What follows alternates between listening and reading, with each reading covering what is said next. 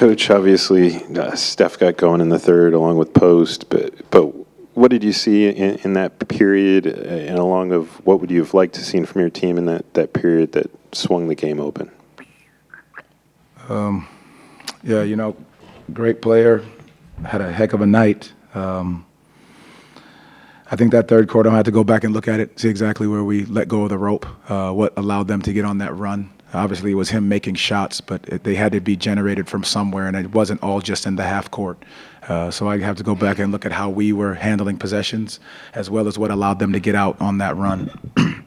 Aside from Steph, because we know he can do those types of things on certain nights, but aside from Steph, what do you think was the difference? The man had 56 points. There is no aside from Steph. He had 56. So I completely understand. I mean, I think, so be completely transparent, 34 free throws for a jump shooting basketball team is tough to overcome as well. They shot 45 threes and 34 free throws. And I know we were attacking the baskets extremely aggressively. And so I look at that, and I had a conversation at the end, and I want to help or be helped to understand how we can attack the basket the way that we do. And they shoot a ton of jump shots, and they get 34 free throws. I really want to understand that. You had a conversation with who? The referees at the end of the game. Okay. Kind of looking at the offense, you guys have gone through some of those offensive lulls throughout the course of the season. What needs to happen to get yourself out of it? I know a lot's on Paolo and Franz's shoulders, and they obviously did a lot tonight, but what needs to happen when you kind of hit those ruts? We just got to move it. I mean, the first half, the ball was popping, ball was moving, sharing it, getting out in transition, getting stops, out and running. And I think in that third quarter, I think we stalled out a little bit. And I think at the end of the day, for what we need to do, you've got to keep doing the things that got you success in that first half. And that was simple. We shared it, we moved it, got it around the horn. And then, whether the ball goes in or not, it has energy with it. And so I think that's one thing that we'll continue to look at. Forgive me if this is too simple of a question, but when Steph gets going like that and somebody of his capabilities on a roll like that, is there anything defensively that in the moment when that's happening that can be done to slow that? He's always moving. They're always looking for him. We switched up. He found a way to slip out of it, get to a corner. They found him. A lot of that happened also in transition in the cross matches, and where he's just coming up, they get a high screen, and he's coming down the floor and just pulling. And, he's unbelievable. There's a reason why he is who he is. Now, that's not an excuse for what we are, maybe some of our lapses, but he's an amazing basketball player that made some amazing shots tonight, because that's what he's capable of doing. And, again, you have to look at the film and find out where there were points in the half court where our communication could have been up, but there's also points of him being Steph Curry. Were there any adjustments you wish you had made earlier in order to stop the Warriors' momentum? Yeah, again, I'll go back and look at that third quarter, which is where they made their run. There's opportunities, whether it was in transition in the half court. I'll have to go back and look at more of the half court opportunities that we could have maybe double teamed him, or whether we switched and tried to run to get it out of his hands.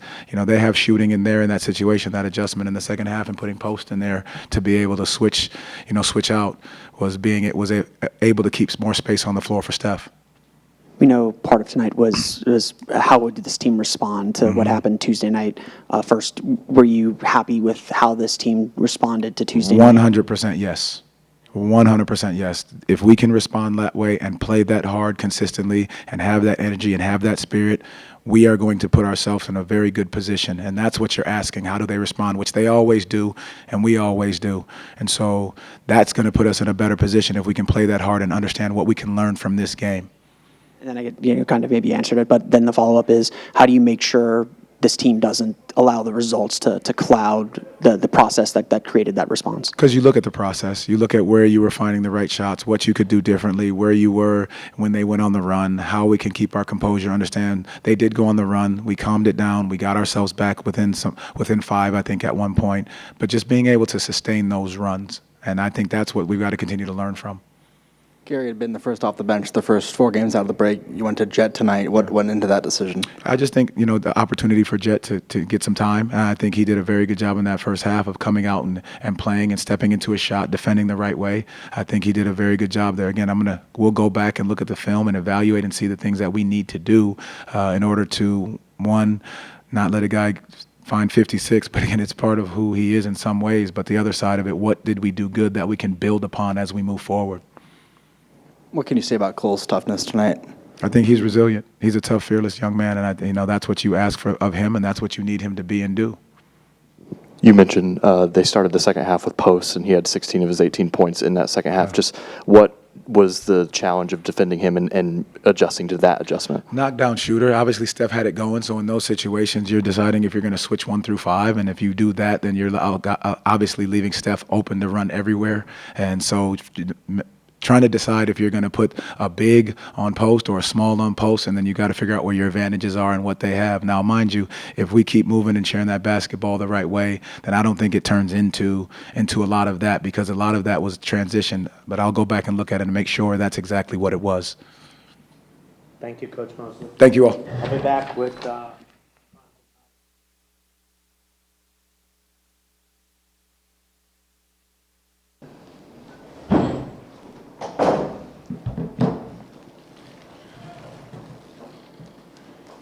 P, obviously Steph got going in the third quarter there. What did you see in the third quarter that led to that swing, and what perhaps would you have liked to seen your team do differently to halt it or limit that momentum?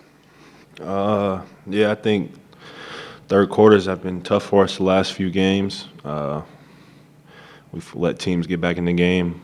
Going back to like the Memphis game, they came back in the third quarter, so I think it's just us, not being able to withstand the runs. I think when a team goes on a run, you have to either lock in and get stops or execute on the offensive end and get good looks. And I don't think we did either in the third quarter. And so they came storming back. And when you let a player like that get going, it's really hard to come back. Not just tonight, but of course you guys have been struggling as of late. Coming out of the All-Star break, you guys had the win against Atlanta and then dropped the last couple. What are some of the biggest reasons as to the specific struggles that you guys believe you guys are going through, and what needs to change moving forward? I mean, that's a tough question to answer right now on the spot. You just got to go watch the games, see what's the reoccurring themes, and figure it out. We got good teams coming in here, so can't just expect teams to lay down when you get a lead. I think we saw that with Memphis, saw that with tonight with Golden State. These teams got playoff pedigree. This team tonight has, champions on the team. They're not going to lay down. The game's never over. They understand it's a long game. And so, like I said, you let a couple easy looks go in, that's the start of an avalanche. Part of this game was the question of how do you respond to the game on Tuesday. Did you like the way that the team came out, and how do you replicate that feeling and make sure that this doesn't snowball into something bigger? Yeah, I mean, we came out with a lot more energy, a lot more fight. We were getting stops, start the game, getting out and running offense. We was letting our defense turn on offense. But, we came out the locker room flat, and, that turned out to be costly. So, we just got to learn from it and, figure it out. For you individually, you had 41 points. Did you feel like you had to kind of take a personal responsibility to set the tone for the team throughout the game when you were in? I mean, I feel that responsibility every night, come out, set the tone, be aggressive, and just play my game. But, I think I could have had a better second half and could have done some other things better. But, yeah, would have liked to just get the win. I know it's hard to talk about, the positives right now after another frustrating loss, but before today's game, Steve Kerr spoke glowingly about you, about the young man that you've turned out to be, the skill set that you have from the time you guys spent with Team USA. To get that level of respect from an accomplished coach such as Steve Kerr, how do you react to that? Yeah, I mean, Steve's a great coach. I really enjoyed my summer I spent with him on the USA team. I learned a lot from him. And, yeah, I mean, he's a four-time champion. He's coached and played with, some of the greatest players that ever played his game. So there's nothing he hasn't seen on the basketball court. And so just any positive words he has to say about me, mean a lot. Thanks, Pete.